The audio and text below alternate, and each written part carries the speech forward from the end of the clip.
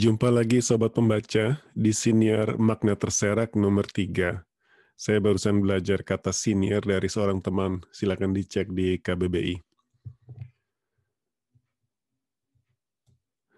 Politics in a literary work are a pistol shot in the middle of a concert, a crude affair, though one impossible to ignore. We are about to speak of very ugly matters. Politik dalam karya sastra ibarat tembakan pistol di tengah konser. Sebuah kejadian yang remeh, tapi mustahil untuk kita abaikan. Kita akan mulai membicarakan hal-hal yang tidak menyenangkan. Kali ini saya tidak akan memberitahu buku apa yang sedang saya bicarakan, tetapi saya akan memberikan serangkaian petunjuk atau clue. Ini adalah petunjuk pertama. Mungkin kita bisa mulai menduga bahwa ada tema politik di sini, dan bentuk bukunya adalah sebuah karya sastra, yaitu novel. Kalau Anda menyaksikan ini di YouTube, Anda bisa tulis komen. Di petunjuk keberapa Anda bisa menebak buku yang sedang saya tampilkan ini. Kalau Anda mendengarkan di Spotify, bisa cek atau bisa tag saya atau kasih message di Instagram. Kita ke petunjuk nomor 2. If God does not exist, then how do you explain all the suffering of the poor? Seandainya Tuhan itu tidak ada, bagaimana kita menjelaskan makna segala penderitaan yang dialami orang-orang miskin? Bisa diduga bahwa novel yang bertema politik biasanya berisi sebuah pertentangan ideologi atau pertentangan kepentingan, dan ini adalah salah satu suara yang berkecamuk di dalam pertentangan itu. Petunjuk ketiga, but if unhappiness were a genuine reason for suicide, then half of the women in the country would be committing suicide. Tapi seandainya ketidakbahagiaan adalah alasan sesungguhnya kejadian bunuh diri itu, maka separuh wanita di negeri ini bakal bunuh diri.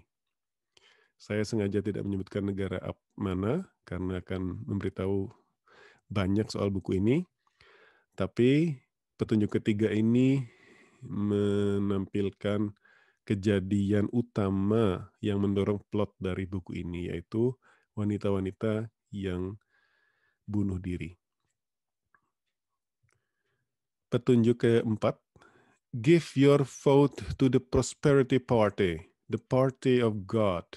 We have fallen into the destitution because we've wandered off the path of God. Pilihlah prosperity party, partai Tuhan. Kita telah terjerumus ke dalam kemiskinan karena kita keluar dari jalan Tuhan. Saya sengaja tidak menerjemahkan prosperity party, karena kita tahu prosperity bisa berarti sejahtera di dalam bahasa Indonesia. Ketika membaca ini pertama kali tahun 2003, dan membacanya sekali lagi 2 minggu yang lalu kira-kira, saya masih tetap merasakan betapa familiarnya ujaran ini. Mungkin yang saya maksud adalah di dalam konteks kita. Petunjuk kelima, the idea of a solitary westernized person, an individual whose faith in God is private, is very threatening to you. An atheist who belongs to a community is far easier for you to trust than a solitary man who believes in God. For you, a solitary man is far more wretched and sinful than a non-believer. Bayangan seseorang yang kebarat-baratan, penyendiri dan beriman kepada Tuhan untuk dirinya sendiri, maksudnya yang disimpan buat dirinya sendiri, sangatlah menakutkan buatmu. Kau jauh lebih mudah percaya pada seorang ateis yang menjadi bagian dari komunitas ketimbang orang beriman yang penyendiri. Bagimu menjadi penyendiri itu jauh lebih merana dan berdosa dari seorang kafir. Mulai terasa tensinya, ini adalah sebuah ujaran lain lagi.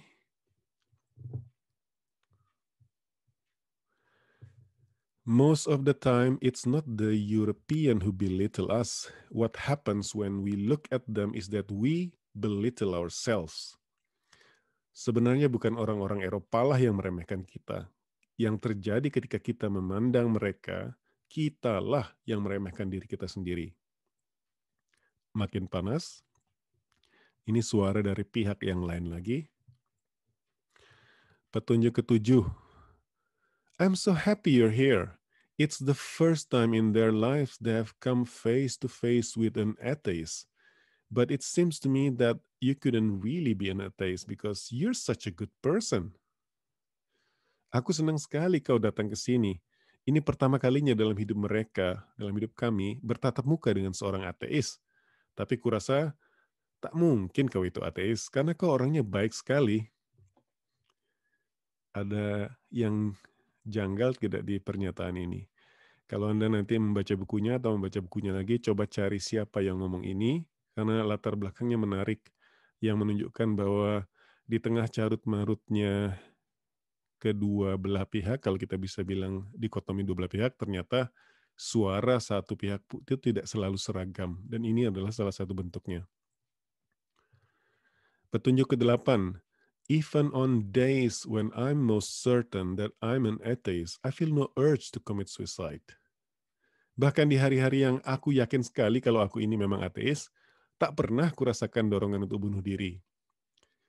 Terasa janggal nggak? Ini seperti ada semacam pembelaan diri dari sebuah tuduhan atau sebuah judgment. Kok bisa menyandingkan ide bahwa ateis itu selalu bunuh diri. Nah, ini salah satu yang bisa dicek sendiri, cari di bukunya, siapa yang ngomong, siapa yang melakukan tuduhan juga. Rising up inside him was the sensation he had always felt as a child and as a young man at moments of extraordinary happiness, the prospect of future misery and hopelessness.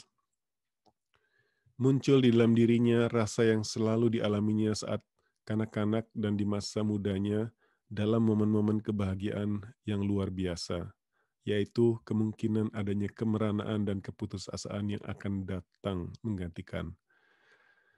Ini sebuah deskripsi yang tidak terkait dengan carut-marut politik sebelumnya, tetapi ini lebih merupakan deskripsi si tokoh utama atau protagonis, bagaimana sifat dia sebagai orang dalam menyikapi apa yang terjadi di dalam hidupnya.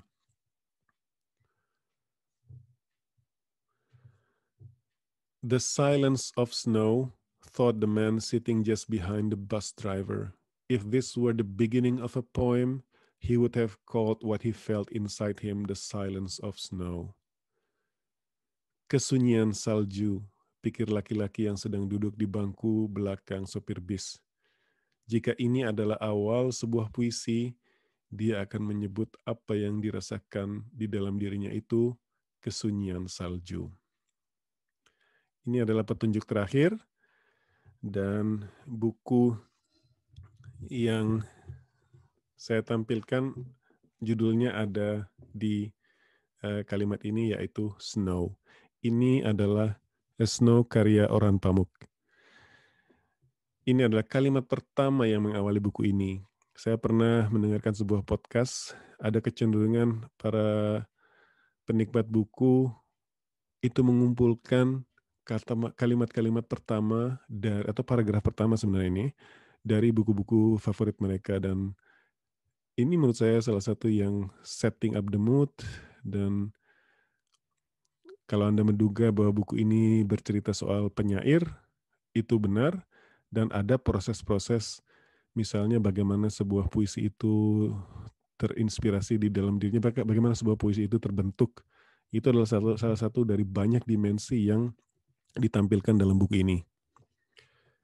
Niat saya memberikan clue-clue ini adalah banyak orang yang bilang bukunya Orhan Pamuk itu berat atau sulit atau padat, dan itu ada benarnya. Saya sebagai sedikit orang yang mungkin menikmati proses itu bisa memberikan sedikit tips kalau Anda memakai clue-clue ini untuk mencarinya di dalam teks, misalnya siapa yang ngomong, kenapa dia ngomong begitu, apa latar belakang orang yang ngomong begitu, mungkin bisa jadi sedikit semacam peta apa yang mau kita cari di dalam hutan rimba ide yang digambarkan oleh Orhan Pamuk. Sekali lagi, selamat membaca. Anda juga bisa komentar soal-soal clue-clue lain yang mungkin menarik untuk pembaca selanjutnya di buku ini.